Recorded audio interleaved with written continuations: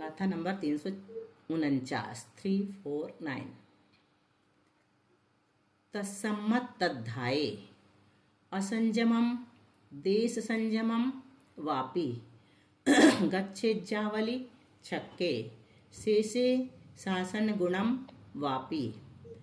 तत्सम्मत तद्धाये असंजमम देश संयमम वापि गच्छेज्जावली छक्के शेषे शासन गुणम वापि। तत्सम्मतद्धाये असंजमं देश संयमं वापि गच्छेज्जावलिचक्रे शेषे शासनगुणं वापि। प्रणाम वंदना दीदी। मनीषा। तत्सम्मतद्धाये असंजमं देश संयमं वापि गच्छेज्जावलिचक्रे शेषे शासनगुणं वापि। वंदना दीदी। तत्सम्मत तद्धाये मतलब उस द्वितीयोपसम सम्यक्त्व के काल में। तत्सम्मत यानी उस सम्यक्त्व। कौन से सम्यक्त्व? द्वितीयोपसम सम्यक्त्व के काल में। द्वितीयोपसम सम्यक्त्व के बाद अपूर्व कर वहां और नीचे पहुंच गया, वो पांचवें चौथे में जा रहा है अब तो, है ना। वह जीव असंजमम देश संयमम वापी असंयम अथवा देश संयम को प्राप्त हो सकता है। द्वितीयोपसम सम्यक्त्व के काल में क्या करेगा वो? या तो असंयम को प्राप्त हो जाएगा या देश संयम को प्राप्त हो जाएगा। अथवा वा यानी अथवा आवली छक्के से 6 आवली शेष रहने पर शासन गुणम अपि शासन गुण स्थान को भी प्राप्त हो सकता है। देखो ये जीव, अच्छा ये तो वहां पे 11वें में मरण की अपेक्षा से द्वितीयोपसम सम्यक्त्व से संयम असंयम और असंयम, तो छठे से कहाँ जाएगा? 5वें में जाएगा। छठे से कहाँ जाएगा? चौथे में भी जा सकता है। छठे से कहाँ जाएगा? 5वें से होते हुए चौथे में जा सकता है। और छठे से कहाँ जाएगा? चौथे से होते हुए फिर से 5वें में जा सकता है। ये है द्वितीयोपसम सम्यक्त्व के साथ प्रमत्त संयत गुणस्थानवर्ती मुनिराज। ये द्वितीयोपसम सम्यक दृष्टि मुनि महाराज हैं। ये कहाँ आ गए? संक्लेशवश 5वें में आ गए और फिर बाद में 5वें से चौथे में आ गए। द्वितीयोपसम सम्यक्त्व से 7 सदन। उपसम सम्यक्त्व का काल 6 आवली शेष रहने पर। कौन से सम्यक्त्व का? द्वितीयोपसम सम्यक्त्व का। अनंतानुबंधी 4 में से किसी एक का उदय होने पर 7 सदन गुण स्थान को भी प्राप्त हो जाता है। देखते हैं अब किसके मत से है ये, यहाँ पर गाथा में स्वयं आचार्य बता रहे हैं। जदि मरदि, गाथा नंबर 350। जदि मरदि शासनो सो निरय तिरिखम नरम न गच्छेदि नियमा देवम गच्छति जय वसह मुनिंद वैनेन। जदि मरदि शासनो सो निरय तिरिखम नरम न गच्छेदि नियमा देवम गच्छति जय वसह मुनिंद वैनेन। यदि मरदि शासनो सो निर्यतिरिख नरम न गच्छेदि नियमादेवं गच्छति जैवसः मुनिन्दवयनेन। प्रणाम वंदना दीदी। यदि मरदि शासनो सो निरतिरिखं नरं न गच्छेदि नियमादेवं गच्छति जैव सह मुनिन्दवयनेन। वंदना। देखो, सो शासनो उपशम श्रेणी से उतरा हुआ वह शासदन जीव यदि मरदि यदि मरता है तो निरीय तिरक नरम नरक त्रियंच और मनुष्य गति को न गच्छेदी प्राप्त नहीं होता है। नियमा नियम से कहा जाता है देवम गच्छति देवगति को प्राप्त होता है। ऐसा जय वसह मुनिंद वैनेन यति वृषभ मुनिंद्र के वचन की अपेक्षा से कहा गया है। शासदन गुण स्थानवर्ती का मरण होने पर क्या होता है? यदि यह शासदन गुण स्थानवर्ती जीव मरण को प्राप्त होता है तो देवगति में ही जन्मता है, नरकादि शेष 3 गतियों में नहीं। क्यों? क्योंकि द्वितीयोपसम सम्यक्त्व के यदि आयु बध्यमान है तो वह देवायु ही हो सकती है। अगर उसने देवायु नहीं आ रही है या मुझे ही नहीं आ रही है? और किसको नहीं आ रही? मुझे भी नहीं है। अभी आई क्या? नहीं आ रही, अभी आई। आ गई ना? जी जी अभी आई है। वो इंटरनेट कनेक्शन वो चल रहा है थोड़ा सा। ठीक है, तो यहाँ पर सासदन गुण स्थानवर्ती का मरण होने पर यदि यह सासदन गुण स्थानवर्ती जीव मरण को प्राप्त होता है तो देवगति में ही जन्मता है ना, नरकादि शेष 3 गतियों में नहीं। क्योंकि हाँ हूँ तुम लोग बोलते रहा करो तो मुझे पता चलेगा कि आवाज आ रही। हाँ, क्योंकि द्वितीयोपसम सम्यक के यदि आयु वध्यमान है तो वह देवायु ही हो सकती है। ऐसा क्यों? अगर देवायु का बंध नहीं किया होता, उसके अलावा किसी और आयु का बंध कर लिया होता तो वो उपशम श्रेणी नहीं चढ़ सकता था। या तो कोई आयु का बंध ना हो तब उपशम श्रेणी चढ़ सकता है, और देवायु के अलावा किसी और आयु का बंध हो तो भी उपशम श्रेणी नहीं चढ़ सकता। देवायु का बंध हो, आयु का बंध हो तो देवायु का ही बंध होना चाहिए, तभी उपशम श्रेणी चढ़ सकता है। और एक मत के अनुसार तो मरण ही नहीं होता। यदि द्वितीयोपसम सम्यक्त्व से साधन की प्राप्ति तथा मरण का विशेष आचार्य यति वृषभ के व्याख्यान के अनुसार किया है। द्वितीयोपसम सम्यक्त्वी ने दीदी प्रणाम करते दीदी। यति वृषभाचार्य का एक ग्रंथ है ना, तिलोय पन्नति। उन्हीं का है जी जी। द्वितीयोपसम सम्यक्त्वी ने अनंतानुबंधी की कषाय की विषय योजना कर दी थी। तब उसके अनंतानुबंधी के उदय कैसे हो सकता है जिससे कि सासदन गुणस्थान बन जाए? प्रश्न अच्छा है। उत्तर क्या बनेगा? इस व्याख्यान के अनुसार अप्रत्याख्यान आदि कषायों का जो द्रव्य है वह अनंतानुबंधी में संक्रमित करके तत्काल उदय में लाकर सासदन बन सकता है। जो अनंतानुबंधी नहीं है, लेकिन जो अप्रत्याख्यान आदि कषाय है ना, अप्रत्याख्यान प्रत्याख्यान संज्वलन, उनका क्या किया? फिर से अनंतानुबंधी में संक्रमण कर दिया और उदय बन गया। गाथा नंबर 351। निरय तिरिख नराउग सत्तो सक्को नमोह मुव समिदुम तम्हा तिस्सुवि गदिसुय नतस्य उपज्जनम होदी। निरय तिरिख नराउग सत्तो सक्को नमोह मुव समिदुम तम्हा तिस्सुवि गदिसुय नतस्य उपज्जनम होदी। निर्यतिरिक्त नराउग सक्को नमोह मुव समिदुम तम्माति सुविगदिसुय न तस्य उपज्जनम होदी। प्रणाम वंदना दीदी। निरयतिरिक्षण राउग तत्तो सकोण मोह मुह समिदुम तमहाति सुविगदी सुय णतस् उपज्जनम होदी। निरय तिरिक्त नराउग सत्तो, हाँ, नरक त्रियंच और मनुष्य आयु का बध्यमान मनुष्य आयु का सत्व वाला जीव और मोहम उपसमिदुम, मोह का उपशमन न सक्को नहीं कर सकता। नरक त्रियंच और मनुष्य आयु का बध्यमान मनुष्य आयु का सत्व वाला जीव मोह का उपशमन नहीं कर सकता। तम्हा, इसलिए तस्य न उसका तिसुवि गदिसु, तीनों गतियों में उपज्जनम न होदी, उत्पाद नहीं होता है, जन्म नहीं होता है। देवगति में ही जन्म का नियम कैसे? जो मोह की उपशामना कर रहा है उसके बद्धिमान नरक त्रियंच मनुष्य आयु का सत्व ही संभव नहीं है। यदि इन आयु में से किसी का सत्व है तो वह जीव देश संयम ही प्राप्त नहीं कर सकता, है ना। अपन पहले पढ़ चुके कर्मकांड में। इसलिए उपशम श्रेणी से पतित सासदन जीव के मरण होने पर 3 गतियों में जन्म नहीं होता। यदि पूर्व में आयु बांधी ही नहीं है तो सासदन में मरण नहीं है, क्योंकि अबद्धायुष्क का मरण नहीं होता। सासदन में फिर मरण ही नहीं होगा, क्योंकि छयावली का समय लेके आया है सासदन में। इतने कम समय में आयु का बंध थोड़ी होता है ना। अभी आयु का बंध कर नहीं पाएगा। आयु निरंतर बंधी प्रकृति है कि नहीं? नहीं, निरंतर नहीं बनती। निरंतर का मतलब जो कर्म अंतर मुहूर्त तक लगातार बनता है उसे निरंतर बंदी प्रकृति कहते हैं। तो तीर्थंकर प्रकृति निरंतर बंदी प्रकृति है, आयु भी निरंतर बंदी प्रकृति। क्यों?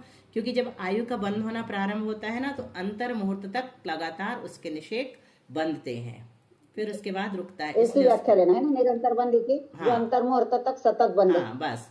और जो आप समझ रही हो वो ध्रुव बंदी है, ज्ञानावरण, दर्शनावरण, अंतराय, हाँ हाँ गलती हो गई जी हाँ दीदी, याद आ गया। हाँ, वो जी ध्रुव जी बंदी है ना। बहुत वो अच्छा। अनादिकाल से बंध रही हैं और कब तक बंधेंगी? विच्छित्ति पर्यंत बंधेंगी, है ना। जी जी अभी याद आ गया। वो ध्रुव बंदी कहलाती। गाथा नंबर 352। उबसम सेडिदो पुनः ओदिन्नो शासनम न पाउनदी भूदवली नाहम्मि नाहम्मि नाहम्मिल सुत्तस्य फुडोवदेशेन। उपशम सेढी दो पुनः ओदिन्नो शासनम न पाउनदी भूदवलिना निम्मल सुत्तस्य फुडोवदेशेन। समसेडीदो पुनः ओदिन्नो शासनं न पाउनदी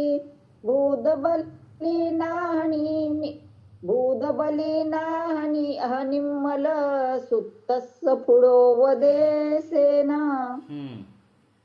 प्रणाम वंदना दीदी। ओबसमश्रेणीदो पुन ओदीर्णो शासनं न पाउणदी भूदबलिडाहणिमल सुत्तस्य फुडोवदेशेन। पुण्य यानी पुनः। भूतवली ना है निम्मल सुत्तस्य। भूतवली ना है यानी स्वामी, नाथ। भूतवली स्वामी के, निम्मल सुत्तस्य यानी निर्मल सूत्र के, फुडोवदेशेन, फुड यानी स्पष्ट, देश उपदेशेन यानी उपदेश से, उपशम श्रेणी दो ओदिन्नो, उपशम श्रेणी से उतरने वाला जीव, शासनम शासदन गुणस्थान को, न पाऊ नदी प्राप्त नहीं होता है। किसके अनुसार प्राप्त होता है? यति वृषभाचार्य के अनुसार और किसके अनुसार नहीं प्राप्त होता? होता है और इनके अनुसार प्राप्त नहीं होता। हाँ, कौन के अनुसार? भूतबली। भूतबली के अनुसार। ठीक है। द्वितीयोपसम सम्यक्त से शासदन नहीं होता। आचार्य भूतबली स्वामी के अनुसार द्वितीयोपसम सम्यक्त से शासदन की प्राप्ति नहीं होती। कारण क्या बताया? क्योंकि उपशम श्रेणी चढ़ने के पूर्व ही अनंतानुबंधी कषाय की विषय योजना कर दी है। ऐसी स्थिति में अनंतानुबंधी के सत्व के अभाव में शासदन कैसे बनेगा? सत्ता में रहेगी तभी तो उदय में आएगा ना। कोई कहे कि प्रथम समय में अनंतानुबंधी का बंध किया है, उसका उदय आ जाएगा, तो वह भी संभव नहीं है, क्योंकि एक आवली काल अचलावली का होता है, तब बद्ध कर्म का उदय संभव नहीं है। और दूसरे आचार्य ने क्या कहा कि अनंतानुबंधी में संक्रमण हो जाएगा, फिर से अप्रत्यक्षानावरण आदि अनंतानुबंधी रूप कन्वर्ट हो जाएंगी, मतलब संयोजना हो जाएगी। अप्रत्यक्षान आदि कषायों का अनंतानुबंधी में संक्रमण करके उदय आएगा। संक्रमण यही तो उनका मत है ना, यही मत है यति वृषभाचार्य का। संक्रमण होने पर भी कर्म एक आवली तक तदवस्थ रहते हैं। संक्रमण होने पर भी उदय में नहीं आ सकते, कहने का मतलब ये है। इसलिए भी संक्रमित भी अनंतानुबंधी का उदय लाने में अशक्य हैं। उद्यावली के निषेकों में अनंतानुबंधी का अभाव है, जिससे वहां भी अप्रत्यख्यान आदि का द्रव्य संक्रमित नहीं हो सकता। इत्यादि कारणों से भूतवली आचार्य के अनुसार उपशम श्रेणी से उतरकर शासदन की प्राप्ति नहीं होती। गाथा नंबर 353। पुंकोधोदय चलियस्से साह परुवणा हु पुम्माणे माया लोभे चलिदस्सत्थि विशेषंतु पत्तेयम। पुंकोधय चलियस्से साह परुवणा हु पुम्माणे माया लोभे चलिदस सत्य विशेषम तु पत्तेयम। पुंकोधोदय चलियस शेषाह परुवणाहु पुम्माणे माया लोभे चलित सत्ति विशेषम तु पत्तेयम। प्रणाम वंदना दी। पुंकोधोदय चलियस्से साह परुवणाहु पुम्माणे माया लोभे चलिद सत्य विशेषम तु पत्तेयम। वंदना दीदी। मैंने साह बोला कि शेषा है बोला, मुझे याद नहीं।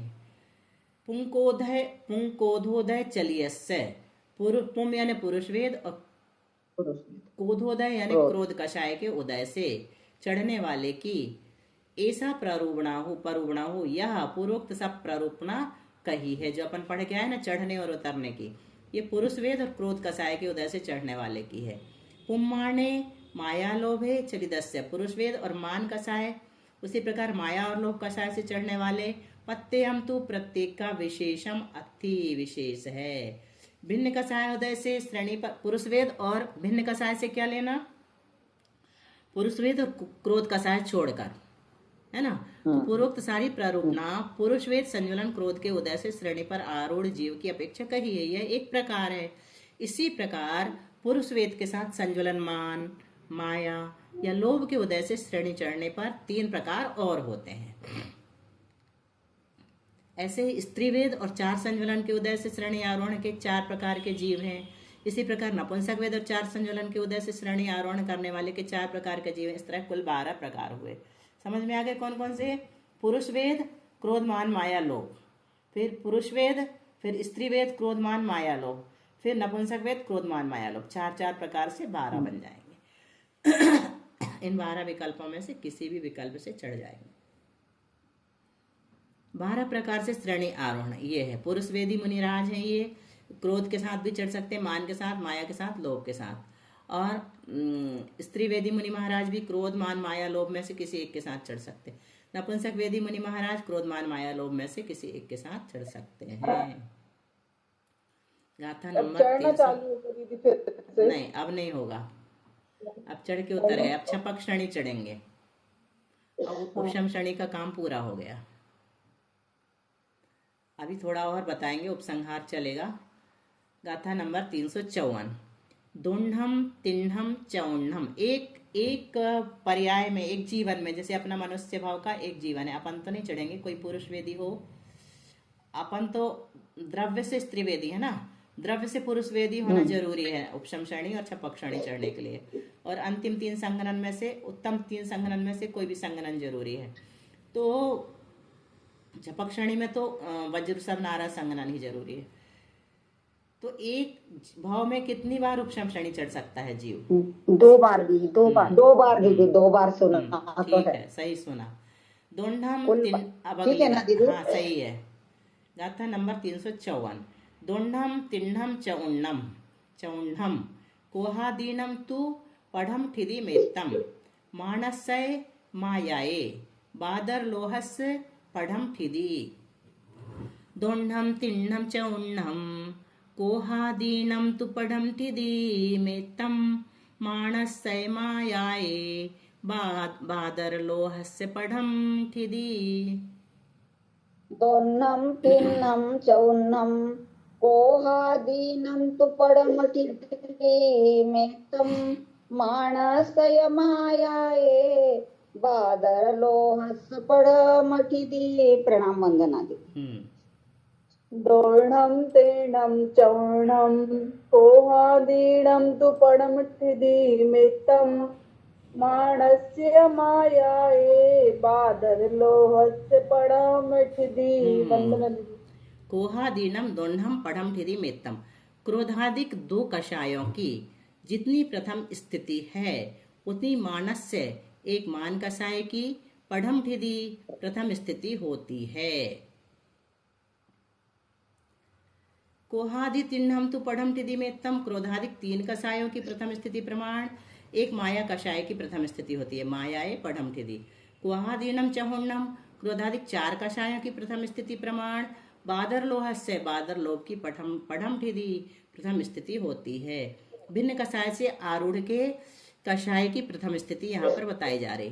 संज्वलन क्रोध के उदय से श्रेणी पर आरूढ़ जीव के, संज्वलन क्रोध से अधिक यदि कोई चढ़ रहा है तो जितनी क्रोध और मान की प्रथम स्थिति है, संज्वलन मान के उदय से श्रेणी आरूढ़ जीव उतनी मान की प्रथम स्थिति बनाता है।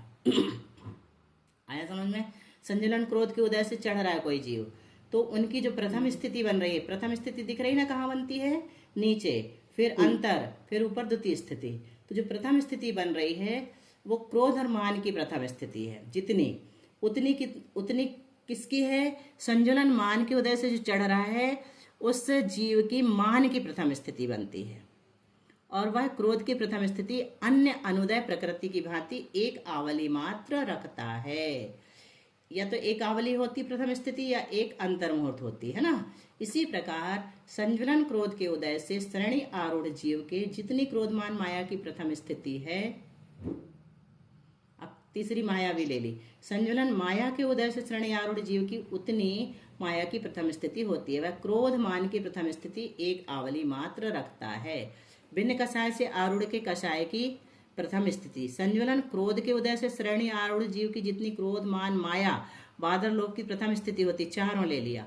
संजुलन लोभ के, यहाँ पर बादर लोभ लिया, फिर उसके बाद कह रहे संजुलन लोभ के उदय से श्रेणी आरूढ़ अगर हो रहा है तो संजुलन बादर उतनी संजुलन लोभ के उदय से श्रेणी आरूढ़ जीव उतनी संजुलन बादर लोभ की प्रथम स्थिति बनाता है, अकेली बादर लोभ की, है ना। कितनी, दो चीजें ली। संजुलन क्रोध के उदय से श्रेणी आरूढ़ करने वाला जीव की जितनी क्रोध मान माया और बादर लोभ की प्रथम स्थिति होती है उतनी किसकी होती है? संजुलन लोभ के उदय से श्रेणी आरूढ़ होने वाले जीव की बादर लोभ अकेले की होती है।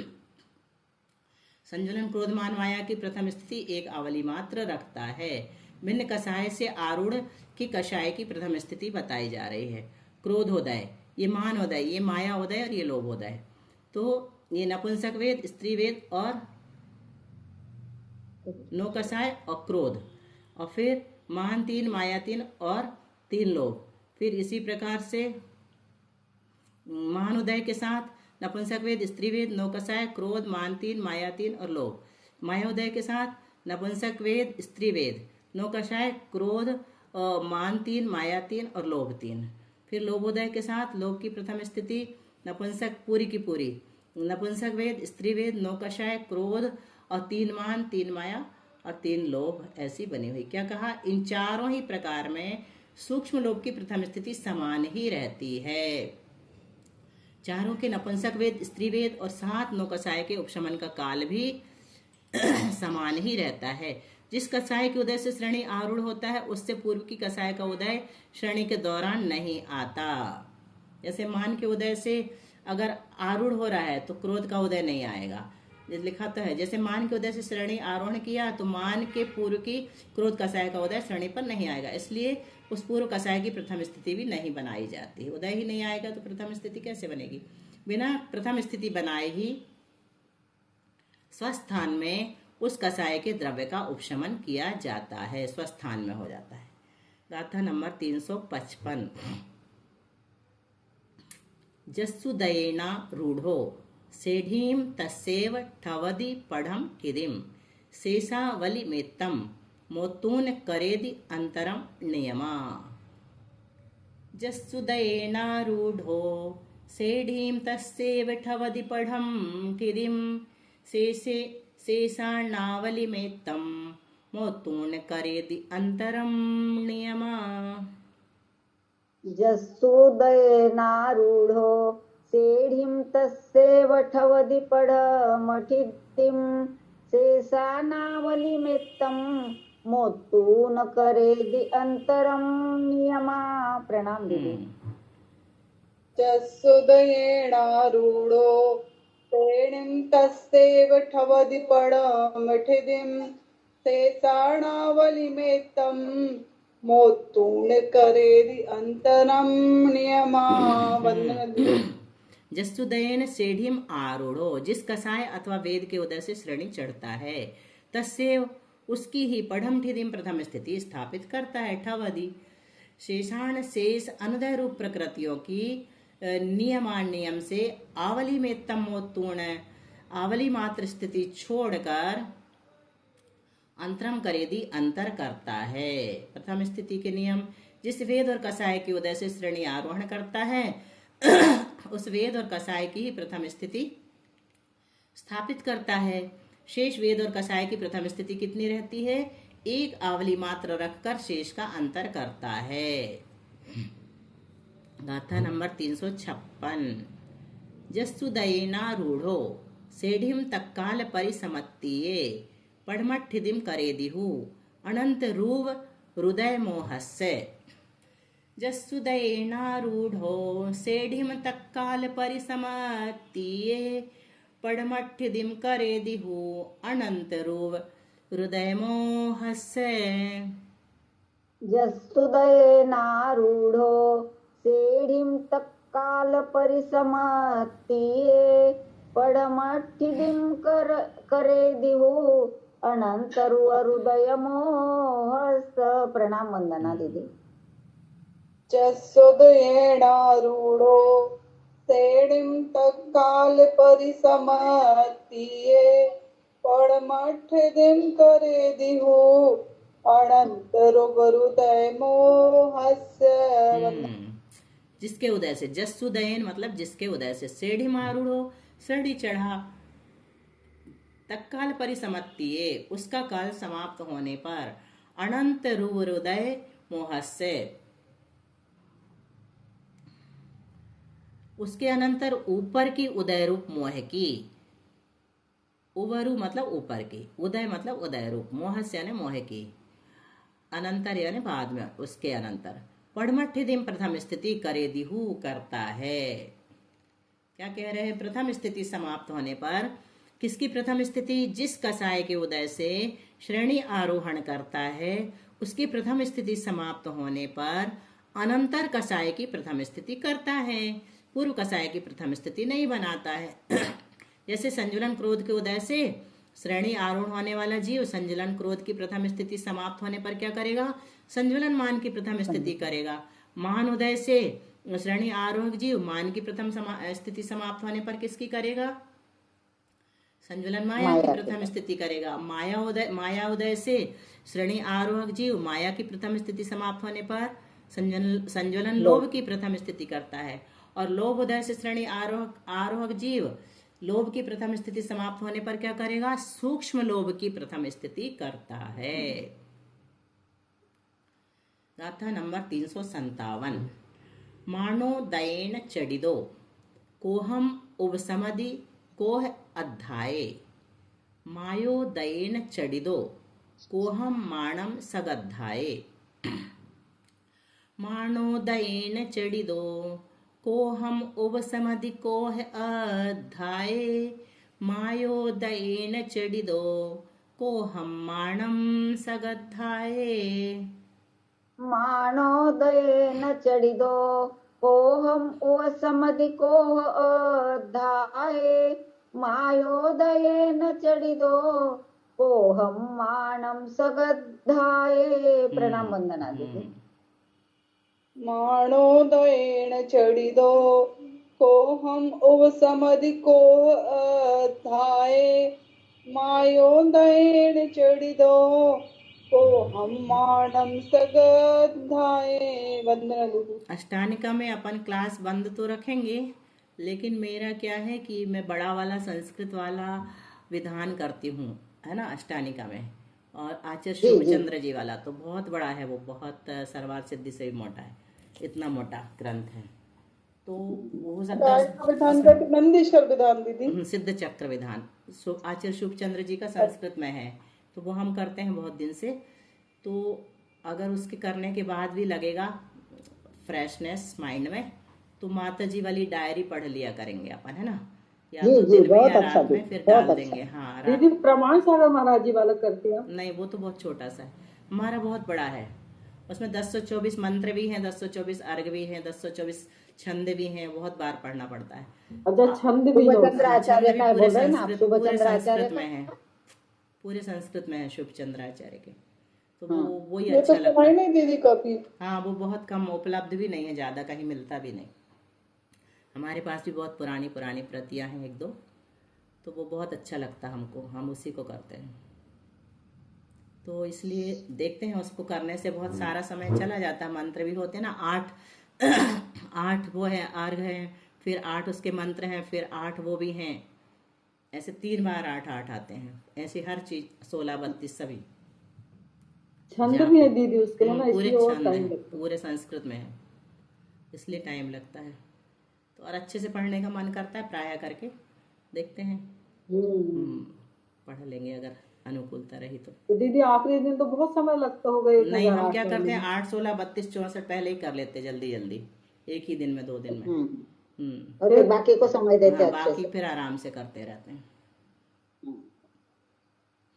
पढ़ ली गाथा अपन ने। मैसेज डाल देंगे दीदी आप, हाँ? ऐसा लगा ना तो मैसेज जरूर डालिएगा। हाँ, डालेंगे, मैसेज तो जरूर पढ़ डालेंगे। ली दीदी, गाथा पढ़ गई हूँ। ठीक है।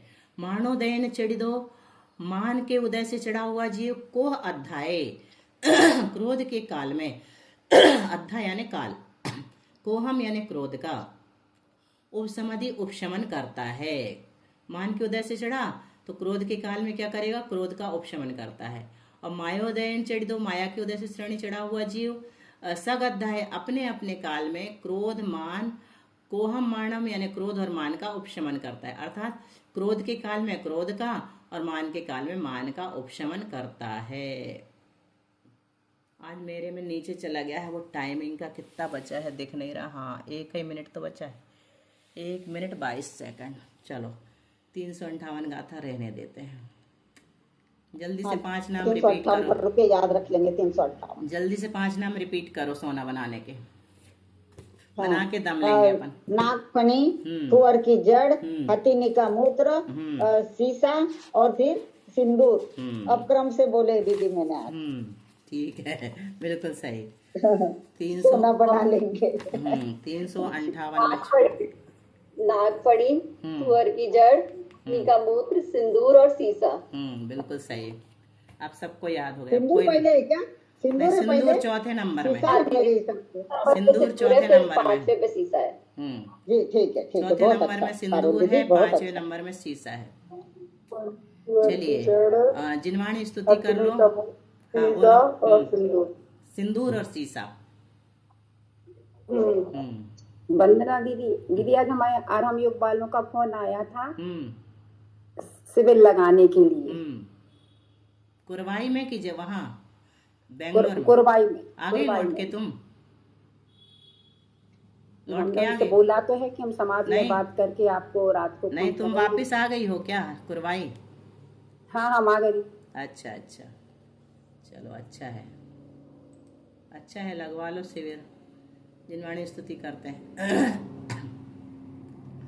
जावाणी के ज्ञान से सूझे लोकालो, सोवाणी मस्तक धरूं सदा ते तुहों धो। हे जिनवाणी भारती तो ही जपो दिन रैन, जो तेरा शरणा गहे सो पावे सुख चैन। 9 बार नमोकार मंत्र।